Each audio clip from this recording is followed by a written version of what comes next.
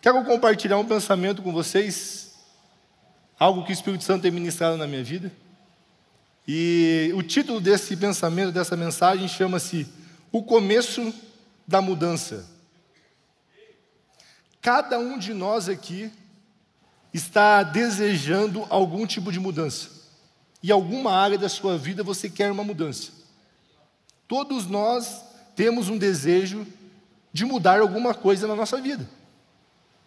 E eu quero ler um texto, que é o texto base, o texto áureo desse pensamento, que se encontra no livro de Marcos, capítulo 9, versículo 23.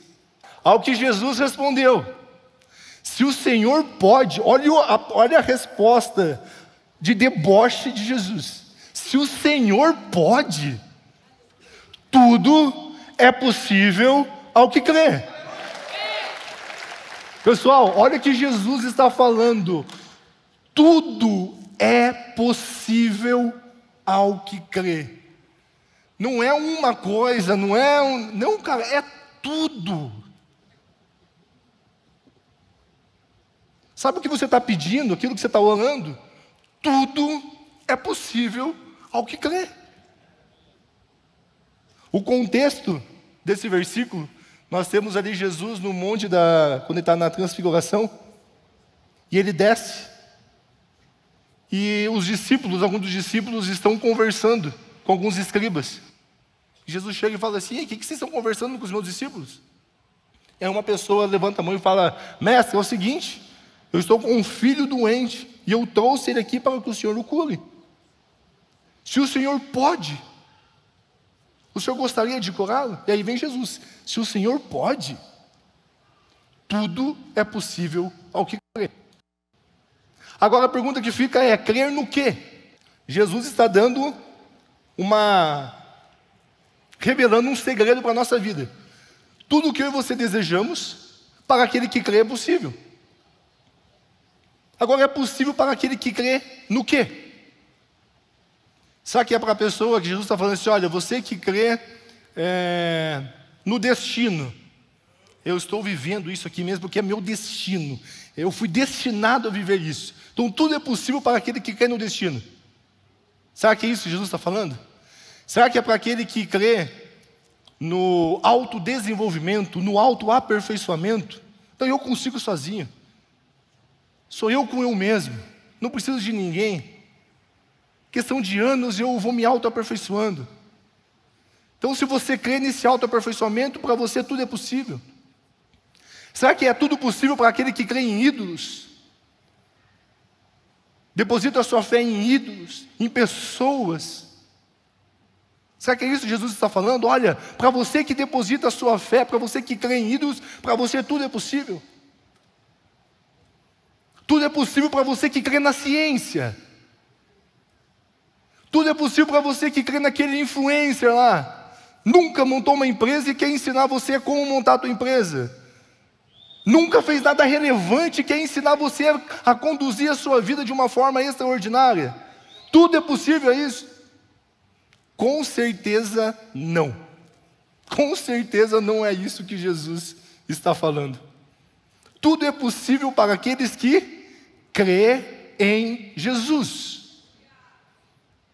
Para as pessoas que creem em Cristo Jesus, tudo é possível. E aqui cabe uma reflexão para mim e você. Não é a quantidade de fé que faz uma mudança acontecer. Não é o tanto de fé que eu tenho que gera mudança na minha vida. Na verdade aonde eu tenho alocado, aonde eu tenho depositado a minha fé, é que gera mudança para a minha vida. Ou seja, eu não preciso ter um monte de fé para que uma mudança aconteça na minha vida. Eu posso ter pouca fé, do tamanho de um grão de mostarda, mas se eu alocar ela em Cristo Jesus, a mudança acontece.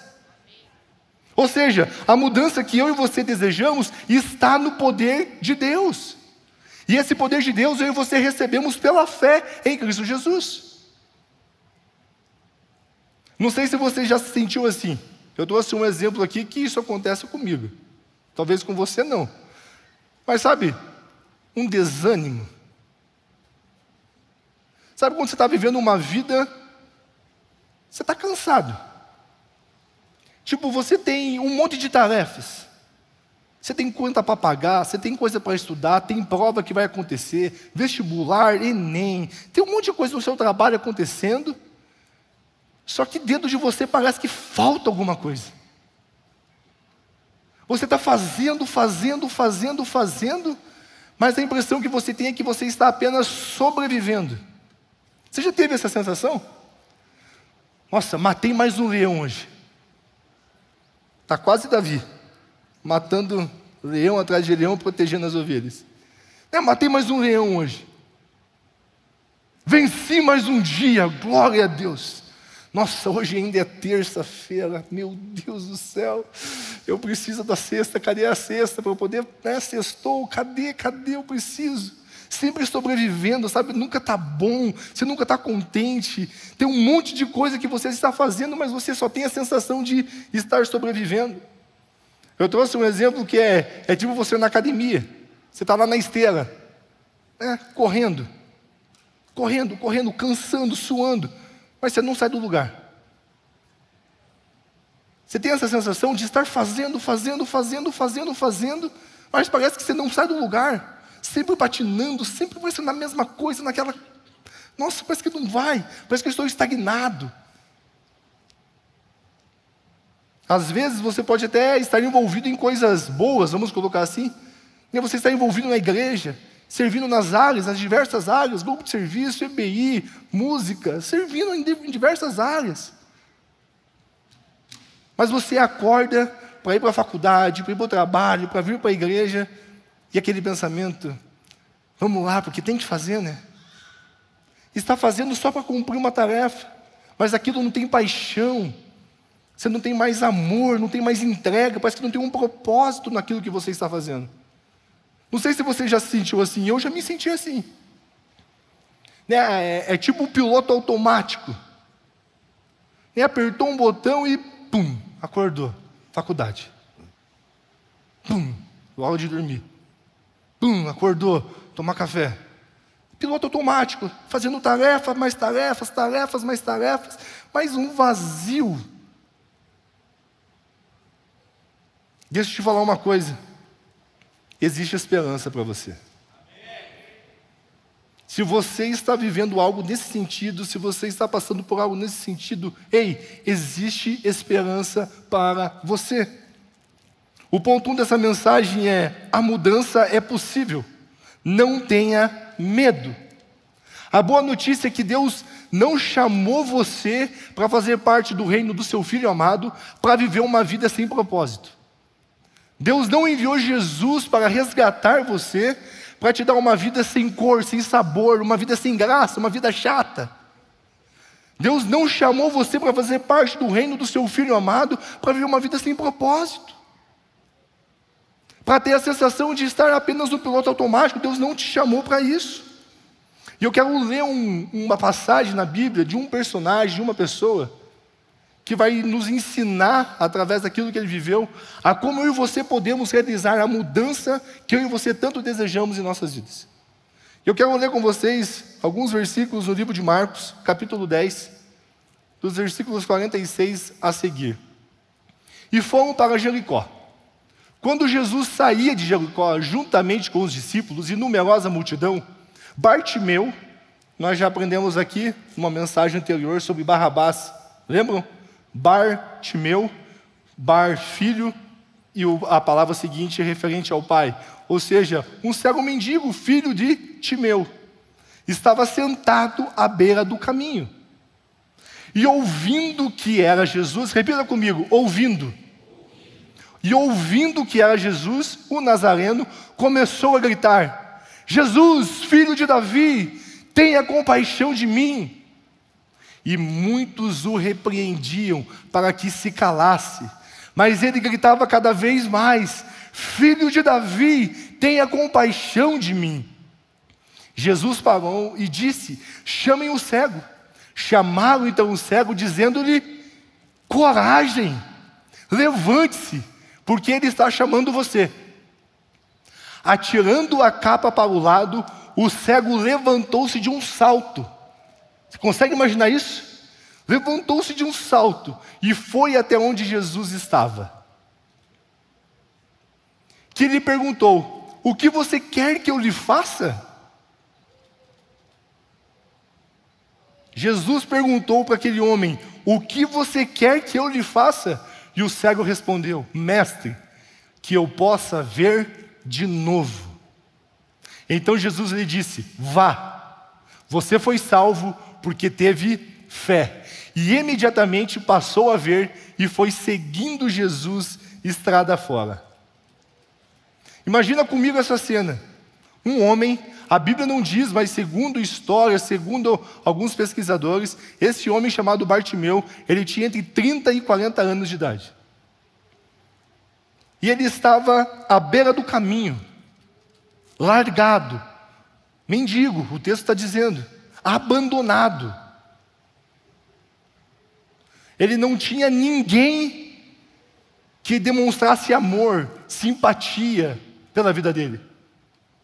Esse homem, Bartimeu, ele dependia 100% das emoções das pessoas para receber alguma coisa. Aquele homem acordava e o pensamento dele era: se hoje alguém passar por mim e estiver alegre, estiver contente, estiver feliz e disposto a me ajudar, eu vou ter o que comer. E eu vou sobreviver mais um dia. Você consegue imaginar a cabeça desse homem? Uma pessoa que depende 100% das emoções das pessoas para poder viver a vida? Além de tudo, esse homem era cego. Ele não enxergava. Esse homem estava à mercê. Além de ser cego, esse homem era excluído da sociedade. Esse homem não era bem visto pela sociedade. Ninguém queria ficar perto dele. Mendigo, morador de rua, abandonado, cego. Ninguém queria estar perto. Hoje, nós temos muitas pessoas que estão vivendo uma vida parecida como essa. Talvez, não no sentido literal de ser um mendigo, morador de rua, mas no sentido de se ver excluído da sociedade. Uma pessoa que está se vendo dependente das emoções das outras pessoas para viver a sua vida. Uma pessoa que, ao olhar para ela, ela vê completamente repugnação. Nem ela se vê como boa, nem ela se vê como os olhos dizendo: nossa, eu tenho um futuro brilhante, existe algo bom para mim preparado no futuro. Esse homem, ele não tinha nenhuma perspectiva de futuro. Mas ele tinha um desejo, uma mudança na vida dele. Ele não conseguia sonhar com um futuro melhor, ele não conseguia se ver fora daquela situação, mas ele desejava sair daquela situação. Ele desejava uma mudança na vida dele, mas ele não conseguia encontrar como mudar a minha vida. Mas um dia, algo extraordinário aconteceu. Ele ouviu falar de Jesus. Ele ouviu falar de Jesus. Quero abrir um parênteses aqui. Você lembra quando você ouviu, pela primeira vez, falar de Jesus?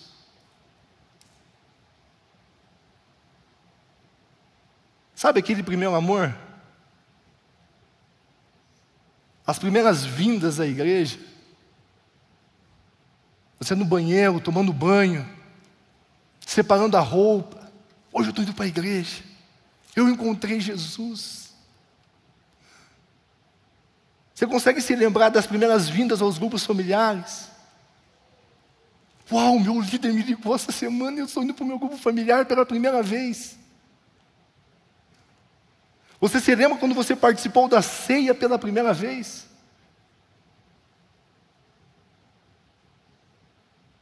Quando você desceu as águas do batismo, você se lembra?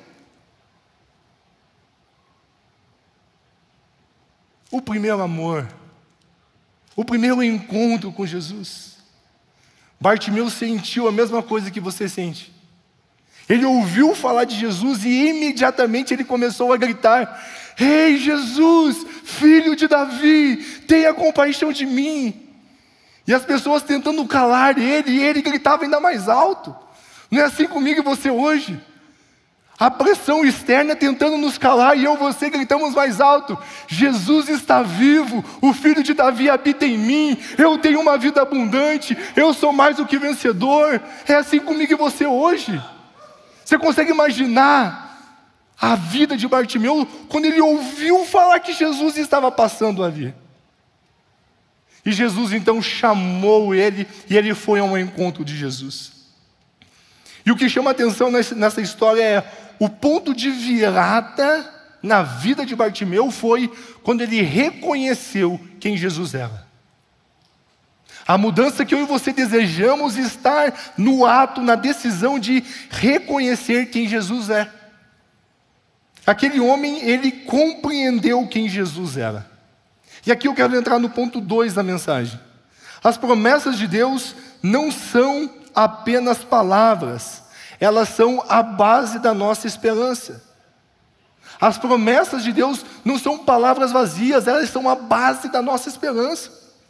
Talvez você possa estar até se sentindo como esse homem Bartimeu, abandonado, largado, dependendo das emoções das pessoas. Mas hoje você vai sair daqui com a certeza de que a minha vida mudou, eu tenho uma mudança na minha vida, a minha vida a partir de hoje será extraordinária, muito melhor do que aquilo que eu estou imaginando. O seu fim desse ano aqui, esses últimos 3 meses, não será nessa desgraça que você está imaginando. Vai ser muito melhor, muito mais sublime, muito mais superior. A mudança que eu e você desejamos está em reconhecer quem Jesus é. Olha o que diz em Marcos 10, 47. E ouvindo que era Jesus o Nazareno, começou a gritar: Jesus, filho de Davi. Nessa frase aqui existe o significado, algo extraordinário. Quando Jesus ouviu esse homem falar, filho de Davi, Jesus parou tudo e disse: chama esse cego aqui e traz ele para cá. Essa frase desse homem revela onde ele estava colocando a fé dele. Ele não estava simplesmente gritando, chamando a atenção de Jesus, pedindo uma ajuda. Ele estava confessando a fé que ele tinha. Para a gente entender melhor a profundidade disso, vamos aprender, vamos crescer em 2 conceitos que a Bíblia nos ensina. A Bíblia fala sobre 2 tipos de filhos. Se você for ler a Bíblia vai te dar 2 tipos de filhos: Tecnon e Ruios. Tecnon refere-se a um termo de filho que é uma criança, de filho que é imaturo, de um filho que ainda depende muito das coisas do pai e da mãe para fazer aquilo que ele precisa fazer. É um filho que ainda não cresceu. É um filho que ainda não tem maturidade, é um filho imaturo, ainda é uma criança. Vamos ler 1 João 3, versículos 1. Vejam que grande amor o Pai nos tem concedido, a ponto de sermos chamados filhos de Deus. E de fato somos filhos de Deus. Por essa razão, o mundo não nos conhece, porque não o conheceu. A palavra filhos aí é tecnon. Veja que tamanho amor o Pai tem nos concedido a ponto de nos tornar filhos de Deus. Ou seja, todas as pessoas que nasceram de novo, que aceitaram a Cristo Jesus, são tecnon, são filhos de Deus. Mas a Bíblia também nos dá um segundo tipo de filho, uma segunda palavra, uma segunda definição, que é ruios. E ruios, por outro lado, é o filho maduro, aquele que reflete o caráter e os propósitos do seu pai. Esse filho entende o que o pai quer e vive em harmonia com a sua vontade.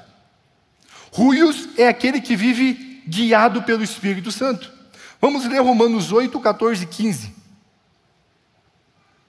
Pois todos os que são guiados pelo Espírito de Deus são filhos de Deus. E filhos aqui é ruios. Todos os que são guiados pelo Espírito de Deus são filhos de Deus. Ou seja, nem todos os filhos de Deus são guiados pelo Espírito de Deus. O filho imaturo não é guiado pelo Espírito de Deus. O filho imaturo ainda é guiado pelas circunstâncias. O filho imaturo ainda é guiado por aquilo que ele está vendo, ouvindo, sentindo, o que as pessoas estão falando, dependendo das emoções das pessoas para viver mais um dia. Mas o filho ruios é guiado pelo Espírito Santo de Deus. E quando Bartimeu grita, Jesus, filho de Davi, ele está dizendo, ei, Jesus, ruios de Davi. A palavra que ele usa ali é ruios, não é tecno. E por que isso é importante? Porque o ruios de Davi era uma promessa messiânica. Ruios de Davi era uma profecia que os povos antigos, o povo de Israel lá atrás havia recebido. Eles criam que um dia o Messias viria, o ruios de Davi viria. E naquele tempo onde Bartimeu estava vivendo, pouquíssimas pessoas, pouquíssimos do povo judeu, cria que Jesus era ruios de Davi. Nem os mais próximos que estavam com Jesus criam nisso. Mas aquele homem cego, ele grita, ruios de Davi. Para você ver como isso é tão importante, você pode estar se perguntando, mas Lucas, por que isso é tão importante? Vamos ler o primeiro versículo do livro de Mateus. O primeiro evangelho, o primeiro versículo diz, livro da genealogia de Jesus Cristo, ruios de Davi, filho de Abraão. O primeiro versículo do Novo Testamento começa, ruios de Davi. E aquele homem, ele grita, ruios de Davi. Ou seja, não é porque aquele homem não enxergava as coisas natural que ele estava impedido de receber as coisas do Espírito. Não é porque você não está enxergando algumas coisas no natural acontecer que você está impedido de viver aquilo que Deus tem para a sua vida. Precisamos ter uma atitude de deixar o tecno e virar ruios, e nos tornarmos ruios, guiados pelo Espírito de Deus. Aquele homem decidiu viver essa vida. Bartimeu, apesar da sua cegueira física, ele tinha uma visão espiritual aguçada. Ele não se deixou levar pela circunstância. Ruios são aqueles que reverenciam a Deus como seu Pai. Os piedosos adoradores de Deus. Aqueles que adoram a Deus em espírito e em verdade. São aqueles que são governados pela palavra de Deus e não pelas circunstâncias. Assim como Bartimeu, eu e você começamos a nossa caminhada cristã como tecnos. Mas o desejo de Deus para a minha vida e para a sua vida é que eu e você nos tornemos como filhos maduros. O desejo de Deus para a minha vida e para a sua vida não é que nós continuemos como crianças, mas nos tornemos filhos maduros. A mudança que eu e você desejamos para a nossa vida está em deixar de viver como criança, deixar de viver como filhos imaturos e vivermos como os filhos maduros, como ruios. Porque é nessa vida aqui que eu e você somos guiados pelo Espírito de Deus. Não é no filho da vida imatura. O filho da vida imatura é guiado pelas circunstâncias. Depende das pessoas, das emoções das pessoas, daquilo que o mundo tem a oferecer. Mas o filho ruios depende só de uma coisa, do Espírito Santo de Deus. Maturidade é enxergar com os olhos espirituais. Maturidade é ver além das limitações físicas. Eu até trouxe um exemplo para exemplificar o que significa filho imaturo e o filho maduro. Tecnon, imagina um estagiário. Iniciou um curso de engenharia. Primeiro ano de engenharia. Ele entra numa multinacional como estagiário. O que ele sabe? Pouquíssima coisa. Ele tem um pouco de forma de Bhaskara, um pouquinho de cálculo integral, que ele começou a ver no primeiro semestre da faculdade, talvez um pouquinho de geometria analítica, mas pouca coisa. Ou seja, ele precisa de tempo para que ele possa crescer, sair dessa posição de estágio e se tornar um colaborador, um engenheiro experiente, maduro. Como que ele se torna maduro? Passando pelo processo. Eu e você, no Espírito, estamos prontos, mas a nossa alma precisa de um processo. Que processo é esse? De eu e você colocarmos a decisão no nosso coração e dizermos, a partir de hoje eu vou viver a minha vida baseado no Espírito Santo de Deus. Eu vou meditar, eu vou ler a Bíblia, eu vou pensar na forma que Deus pensa, eu vou me colocar à disposição daquilo que Deus quer para a minha vida. Eu vou estar em perfeita harmonia com o meu Pai Celestial. Essa é a vida que Deus tem para a minha vida e para a sua vida. Gálatas 4, 3, 7 diz: assim também nós, quando éramos menores, estávamos escravizados aos rudimentos do mundo. Quando eu e você ainda estávamos perdidos, estávamos talvez começando a nossa vida cristã, nós ainda estávamos presos a algumas coisas. Mas quando chegou a plenitude dos tempos, quando Jesus veio a esse mundo, Deus enviou o seu Filho, nascido de mulher, nascido sob a lei, para resgatar os que estavam sob a lei, a fim de que recebêssemos a adoção de filhos. E porque vocês são filhos, Deus enviou o Espírito de seu Filho ao nosso coração. E esse Espírito clama: Abba, Pai. Assim, você já não é mais escravo, porém filho. E sendo filho, também é herdeiro por Deus. Filho ali é ruios. Quem usufrui da herança do pai é o filho maduro. Se você tem uma herança para receber do seu pai, você não vai receber enquanto não passar 18 anos. Da mesma forma, eu e você não vamos usufruir das bênçãos de Deus se nós não chegarmos à maturidade cristã, maturidade de filhos. O convite de Deus para a minha vida e para a sua vida, a mudança que eu e você desejamos para nossas vidas está deixar de ser técnico e ser ruios. Isso é o que Deus deseja para nós. Eu quero convidar você a se colocar em pé. E eu quero concluir essa mensagem dizendo: assim como o grito de Bartimeu, aquele pedido de socorro, foi o ponto de virada na vida dele, eu e você podemos chamar por Jesus. Colocar a nossa fé em Cristo Jesus, depositar a nossa esperança em Cristo Jesus. Deus está te esperando. Deus está esperando você decidir sair das margens, sair da beira do caminho, deixar de ser técnico e se tornar um ruios. Sair de uma vida de estagnação e viver uma vida de propósito. Deixar de viver uma vida de dependência de pessoas, de emoções de pessoas, e viver uma vida de dependência do Espírito Santo de Deus. Viver como filhos maduros, que refletem o caráter de Deus. Filhos que revelam quem Deus é na sua essência. A mudança que eu e você desejamos está no poder de Deus. Esse poder foi revelado em Cristo Jesus. E eu e você podemos receber Ele pela fé. Você já convidou Jesus a fazer parte da sua vida um dia.